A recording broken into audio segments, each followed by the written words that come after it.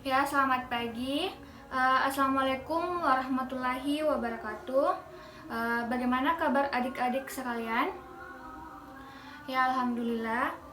Sebelum kita memulai pembelajaran terlebih dahulu, kami membaca doa dulu ya. Dipersilahkan untuk ketua kelasnya memimpin doa. Doa dimulai. Selanjutnya, Ibu akan mengabsen anak-anak sekalian. Siapa yang tidak sempat hadir untuk pertemuan kali ini? Dalam satu kelas berapa siswa? Oh ya, ada 25. Tidak hadir ada 2 siswa ya. Nah, pada pertemuan kali ini Ibu akan menjelaskan mengenai fungsi dan peran sosiologi. Sebelumnya Ibu akan membagi kelompok untuk berdiskusi dan mengerjakan tugasnya setelah Ibu menjelaskan nantinya ya. Nah, pada kesempatan ini Ibu akan menjelaskan mengenai fungsi dan peran sosiologi. Nah, di mana siswa mampu menyimpulkan atau bagaimana dengan peran sosiologi dalam mengkaji fenomena gejala sosial. Pada kesempatan kali ini, siswa dapat menjelaskan latar belakang lahirnya ilmu sosiologi, peserta didik dapat menjelaskan sosiologi sebagai ilmu dan metode, dan peserta didik dapat mendeskripsikan objek studi sosiologi.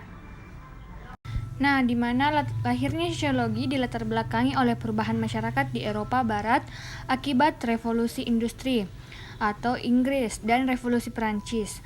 Banyak orang pada masa itu berharap bahwa revolusi industri dan revolusi Perancis bakal membawa kemajuan bagi semua anggota masyarakat. Nah, dengan munculnya revolusi industri, pola-pola tradisional ditinggalkan dan muncullah teknologi baru yang mempermudah sekaligus meningkatkan produksi masyarakat dan dengan demikian meninggalkan taraf hidupnya.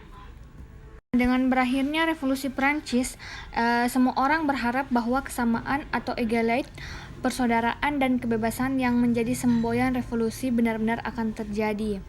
Nah, banyak sekali ketegangan-ketegangan pada saat itu, seperti pendiskriminasian terhadap orang miskin.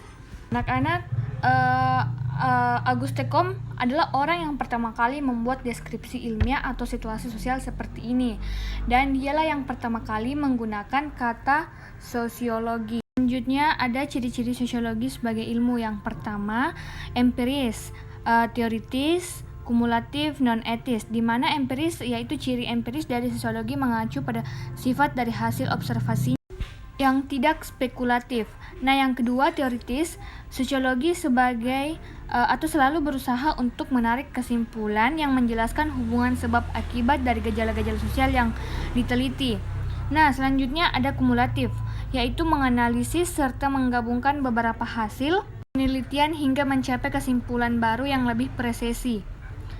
Nah, selanjutnya non-etis. Sosiologi tidak mempersoalkan baik buruk dalam membahas suatu permasalahan, melainkan lebih kepada menjelaskan mengapa itu bisa terjadi. Nah, selanjutnya ada objek kajian sosiologi. Objek yang pertama, objek material atau suatu materi yang mempengaruhi kehidupan sosial. Nah, hal yang termasuk dalam objek material kajian sosiologi yaitu segala yang berkenaan dengan masyarakat, baik secara fisik maupun non-fisik. Nah, termasuk semua hal yang berpengaruh pada kehidupan sosial manusia. Misal gejala sosial dan asosiasinya dengan hubungan masyarakat. Seluruh peristiwa yang memunculkan interaksi baik antar individu, kelompok, atau antar individu dengan kelompok termasuk dalam objek materi sosiologi. Yang kedua, objek formal, kajian pada suatu materi fisik dan non-fisik. Sebagai pelengkap, objek formal sosiologi hadir untuk menelaah korelasi dari setiap interaksi yang terjadi pada masyarakat. Objek formal berfokus pada cara pandang yang mana digunakan sebagai kacamata dalam memahami manusia sebagai makhluk sosial. Nah, itu tadi penjelasan dari Ibu mengenai fungsi dan peran sosiologi. Nah, jadi tugas adik-adik itu mendiskusikan mengenai apa yang Anda ketahui tentang peran dan fungsi sosiologi. Ya, mengingat waktu sudah hampir habis, cukup sekian dulu ya adik-adik. Ingat minggu depan kita bahas mengenai apa yang kalian diskusikan tadi. Kurang lebihnya mohon dimaafkan. Wabillahi taufiq wal hidayah. Wassalamualaikum warahmatullahi wabarakatuh.